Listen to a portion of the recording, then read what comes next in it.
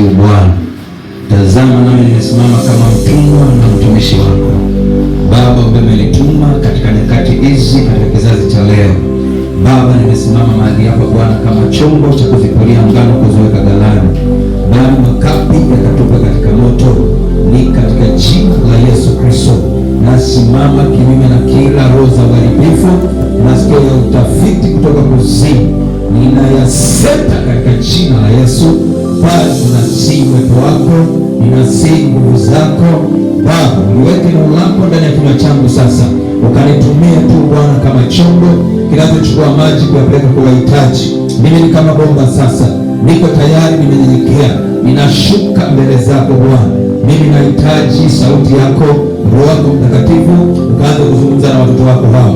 Chakula kilicho chakula cha watoto wako Mungu mwaminifu, ukapate kujidhihirisha, ukapate kujifunua kwao katika jina la Yesu.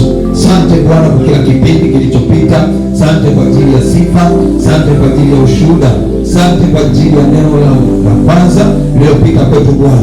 Nasema kupitia mtumishi wako jinsi ambavyo tunapaswa kutenda haki, ili tuweze Bwana kupokea hata kuwa na wewe na baraka zako katika jina la Yesu Kristo. Baba, ninakushukuru kwa ajili ya wakati huu. Ni katika jina la Yesu Kristo nimeomba, kwa ajili ya kila mmoja aliyoko hapa, na niko kinyume na roho za uasi, roho za kuzimu, na ziseta na kuzifunga kwa mamlaka katika jina la Yesu. Uwepo wako katembee sasa, ni katika jina la Yesu nimeomba, amen. Haleluya. Ninakusalimu katika jina la Yesu, jina lipitalo kila jina. Je, unayo amani? Nimefurahi kukuona tena hapa kwa ajili ya kumtafuta Mungu, Mungu mwenye enzi, Baba wa utukufu. Amen. Mungu wetu ni mwema, Mungu wetu ni mwaminifu sana. Amen. Namshukuru Mungu tuko hapa. Haleluya. Sasa andika hivi, haki ya Mungu. Tangulizi nyumba ya kwanza alizungumzia haki, na mimi ninakuja pale pale, na kama vile tulikuwa tunatunga ujumbe pamoja, lakini mimi nilitunga ujumbe wangu muda mrefu tangu Ijumaa, toka Jumanne niko hapa, Alhamisi, Jumatano, Mungu akaniambia fundisha haki ya Mungu kwetu inapatikana kwa imani tu peke yake, na sio kwa njia iwayo yote kwa mtu hapa duniani, ni kwa imani tu. Amen. Haki ya Mungu kwetu inapatikana kwa imani tu, afanika peke yake, na sio kwa njia iwayo yote kwa mtu hapa duniani, ni kwa imani tu. Sasa haki ya Mungu, haki ya Mungu, haki ya Mungu kwetu sisi inapatikana kwa njia ya imani peke yake. Full stop, hakuna nyingine zaidi. Haki ya Mungu kwetu sisi inapatikana kwa imani tu peke yake, na wala si kwa njia nyingine iwayo yote.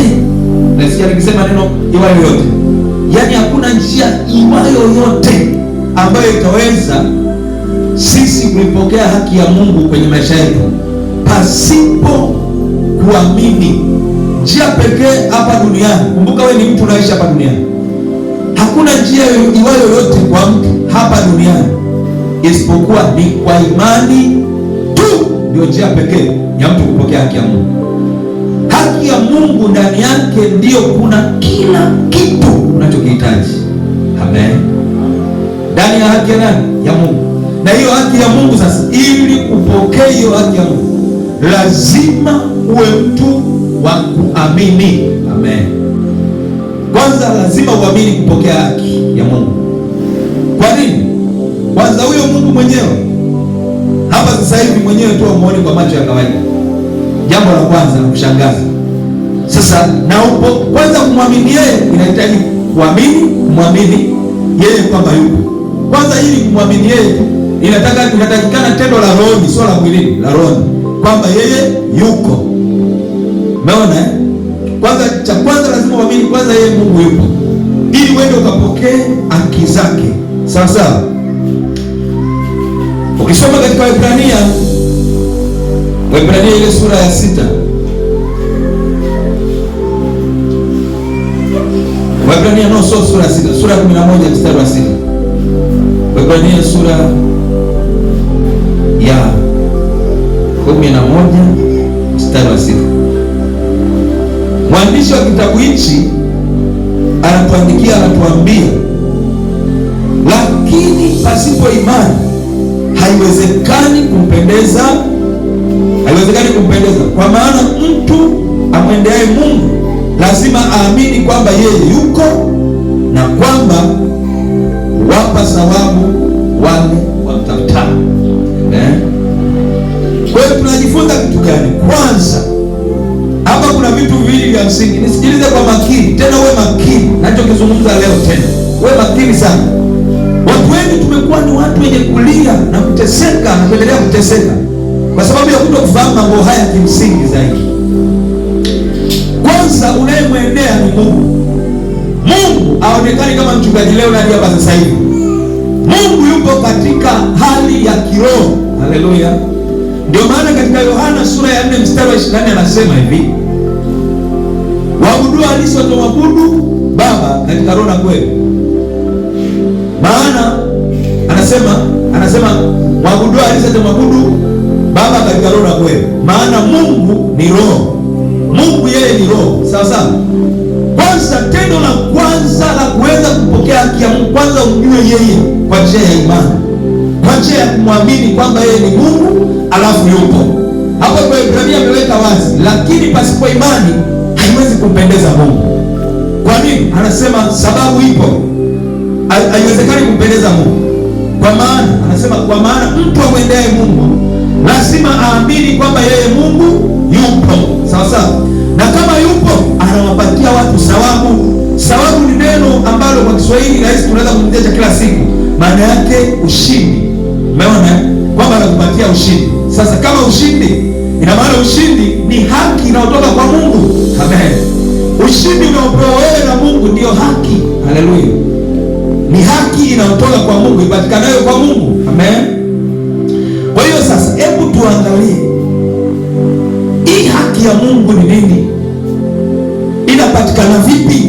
Jambo la kwanza ni hili ninalokuambia, msingi wake lazima kumwamini kwanza Mungu yeye yupo, cha kwanza.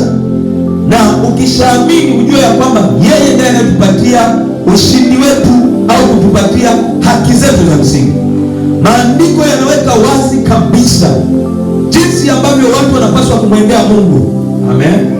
Jinsi ambavyo tunapaswa kumwendea Mungu. Hatutakiwi kumwendea kwa njia za kwenda kana kwamba tunahitaji tukija tukutane kwa njia ya mwili kama mchungaji alivyokutana naye hapa. Mimi niko katika hali ya mwili, lakini ni mtu ambaye naenenda katika mambo ya roho, natembea katika kufuata mambo ya kiroho zaidi.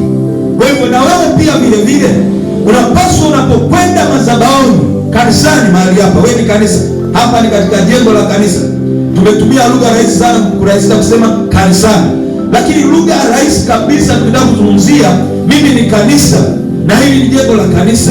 Kwa hivyo tunapokuja hapa kwenye jengo la kanisa, tunaamini kiasilia kabisa kwamba tunaenda kukutana na Mungu na Mungu atatupatia ushindi. Kwa njia gani? Kwa njia ya imani, kwamba unaamini Mungu yupo na kwenda kusanyika naye yupo, anipatie ushindi.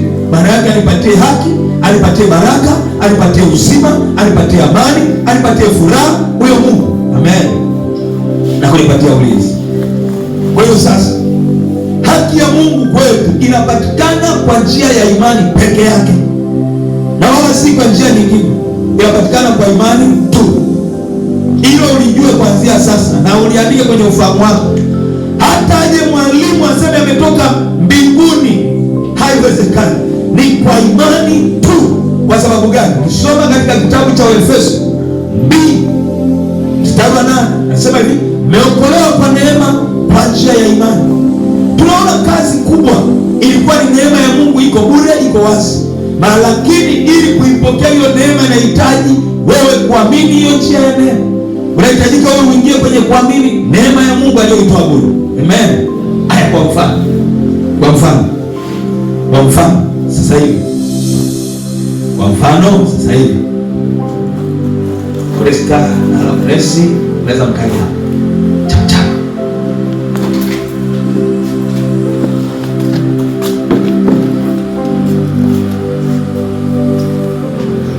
Sasa hawa mimi nimewatoa.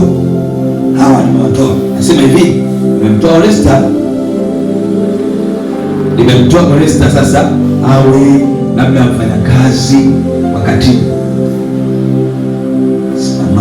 Amekuwa mfanyakazi wa katibu. Huyu ninamtoa. Ninasema na wewe nimekutoa. Umekuwa mbuzi au ng'ombe wa mtu fulani ambaye yuko hapa ndani. Niseme labda Laurenti. Sawa, mimi nimekusha toa. Sasa nimetoa tayari. Nimesema ng'ombe kwa muda. Sawa na wewe umemtoa kwa mtumwa wa mtu fulani. Sasa nimesema kabisa huyu ni mbuzi au ng'ombe, tunajua kabisa. Na tunajua huyu ni mtumwa sehemu ya mtu fulani. Sasa yeye ambaye ninamwambia ni mtumwa wake, asipoamini kwamba ni mtumwa wake nimempa kufanya naye kazi. Sasa sijui labda wewe uje umwambie huyu ametolewa kwa ajili ya kufanya kazi na wewe. Haiwezekani. Lazima yeye aliambiwa kibinafsi kwamba huyu amepewa, ni haki amepewa, ni haki yake amepewa. Lazima aitumie hii haki ya msingi kujua kwamba ni haki yake sasa kumfanya huyu mtumishi pale nyumbani awe mtumwa. Na kama hivi tumesema ni mbuzi, ni ng'ombe, basi tumetoa kama chakula. Lazima mtu amini kwamba sasa huyu amekuwa chakula, ametolewa. Na wewe unapaswa kuamini kwamba Mungu amenipa chakula. Sasa haitakiwa wewe kuamini kwamba Mungu alinipa mbuzi wa chakula, alinipa mtu kwa ajili ya kutumikia. Sasa tufanye hivi. Mungu ndo arudi kwamba kuambia nilikupa kile pale kwa ajili ya chakula? Mungu anataka wewe uamini kwamba katika neno lake amesema nimekupa, tumia hicho. Hichi nimekupa, tumia hivyo kwa matumizi ndio yetu. Sasa unadhihirisha nini kujifunza? Kwamba lazima uamini wewe kibinafsi. Maana mimi nimetoa, na maana nimedhihirisha haki kabisa. Huyu ni mfanyakazi wako. Na huyu atakuwa labda ng'ombe wako, alitoa maziwa nyumbani kwa chakula. Umeona? Sasa hebu jiulize swali. Mungu ndo aje aanze tena kukuambia kuaminishe wakati amekwisha sema mara moja neno lake ni kweli na ndio.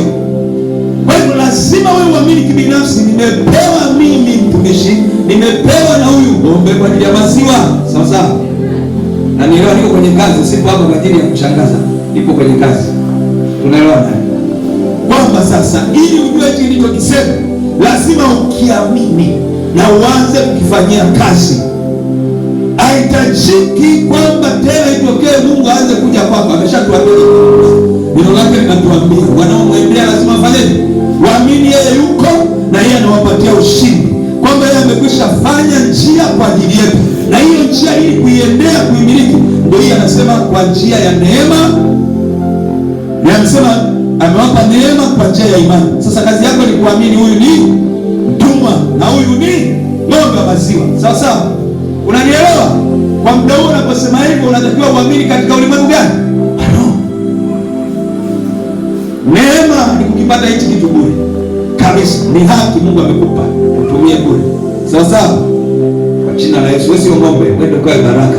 Na wewe sio mtumwa, ukae baraka katika jina la Yesu. Kwa hiyo ninapotoa mifano ya hivi, nataka ujifunze, ujifundishe. Amen. Kwamba tumepewa neema bure, lakini kuna njia ya imani kuamini ile neema iliyokuja kwetu. Amen. Sasa hiyo ni haki ya Mungu. Neema ilikuwa ni haki ya Mungu kwa ajili ya watu waliokuwa wamepotea katika dhambi. Kwa hiyo Mungu akaiachilia neema yake. Ndio maana ukisoma katika kitabu kimoja cha Tito sura ile ya 2 mstari nadhani wa 11 na kuendelea. Maana neema ya Mungu iliyokuwa wanadamu wote imekwisha funuliwa, nayo inatufundisha kukataa ubaya na tamaa zote za kidunia. Neema ya Mungu imefanyaje? Imefunuliwa. Maana yake haki ya Mungu imefanyaje? Imewekwa zaidi. Amen. Haki ya Mungu imewekwa zaidi kwa wanadamu wote. Amen. Tunaelewana mpaka hapo? Sasa hebu ninazungumzia haki inayopatikana.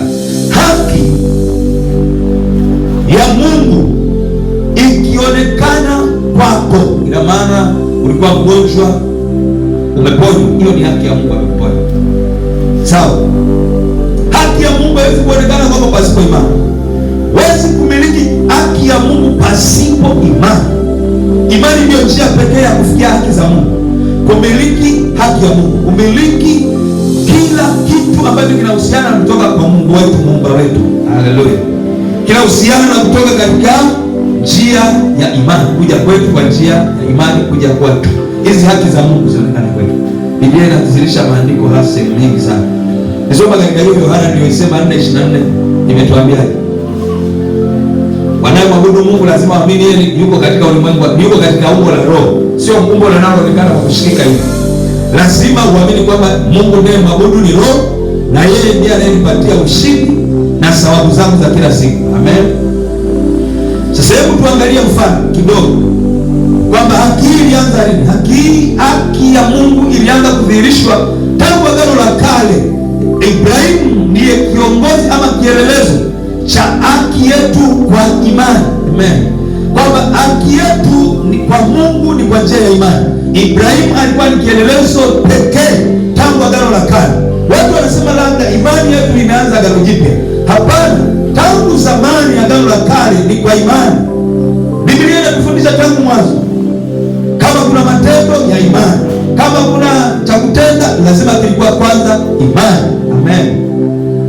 Ukisoma Mwanzo 12 unapata habari za Ibrahimu. Abrahamu tunamtumia kwa nini? Kwa njia hii, kwa sababu Ibrahimu ni baba wa nini? Wa imani. Sikiliza anavyoitwa, ni baba wa imani. Kwa nini Ibrahimu anapokea haki za Mungu? Ni kwa sababu Ibrahimu aliweka imani kwa Mungu. Ibrahimu alipokea haki za Mungu za kuwa taifa na mataifa na vijukuu na vilevwe. Ibrahimu anapokea kuwa baraka. Kwa sababu gani? Kwa sababu amekubali kwa imani kwenda kupokea haki za kimungu. Amen. Ukisoma Mwanzo 12 Biblia inaweka wazi kabisa. Nasema hivi, Bwana akamwambia Abrahamu, toka wewe katika nchi yako na jamaa yako na jamaa zako na nyumba ya baba yako, wende mpaka nchi nitakayokuonyesha, nami nitakufanya wewe kuwa taifa kubwa na kulibariki na kukubariki na kulikuza jina lako, nawe uwe baraka. Nami nitawabariki wakubarikiwa, naye akulaanie nitamlaani, na katika wewe jamaa zote za duniani wamebarikiwa. Mstari wa 4. Basi Abrahamu akaenda kama Bwana alivyomwamuru, Lutu akaenda pamoja naye. Naye Abrahamu alikuwa mtu wa miaka 75 alipotoka Harani. Abrahamu akamchukua Sarai mkewe na Lutu mwana wa nduguye na vitu vyao vyote walivyokuwa wamevijipatia, na hao watu waliowapata huko Harani wakatoka ili kwenda nchi ya Kanaani, nao wakaingia katika nchi ya Kanaani. Abrahamu akapita katikati ya nchi mpaka mwaloni mpaka mahali patakatifu pa Shekemu, mpaka wa mwaloni wa Mamre, na Wakanani siku zile walikaa katika nchi hiyo. Bwana akamtokea Abrahamu akisema, uzao wako nitawapa nchi hii, naye huko utamjengea madhabahu Bwana aliyekutokea. Hapa Ibrahimu Bwana anamtokea ni kwa sababu kwanza Ibrahimu apokee ile haki kwanza ya kwanza kutokewa na Mungu na kuzungumza naye, ni baada ya kutii kwa imani. Amen. Ibrahimu alitii kwa imani ili kupita kwenda katika ile nchi ya Kanaani, ambayo Kanaani walikuwa wanakaa watu ambao ni taifa lingine kabisa, mataifa mbalimbali yalikaa kule Kanaani. Ibrahimu ili aweze kupokea haki ya Mungu, ile ahadi ya Mungu ambayo alikuwa amemwahidia kwamba lazima awe taifa, awe baraka kwa ajili ya watu wengine, uzao wake utakuwa taifa kubwa duniani, utakuwa taifa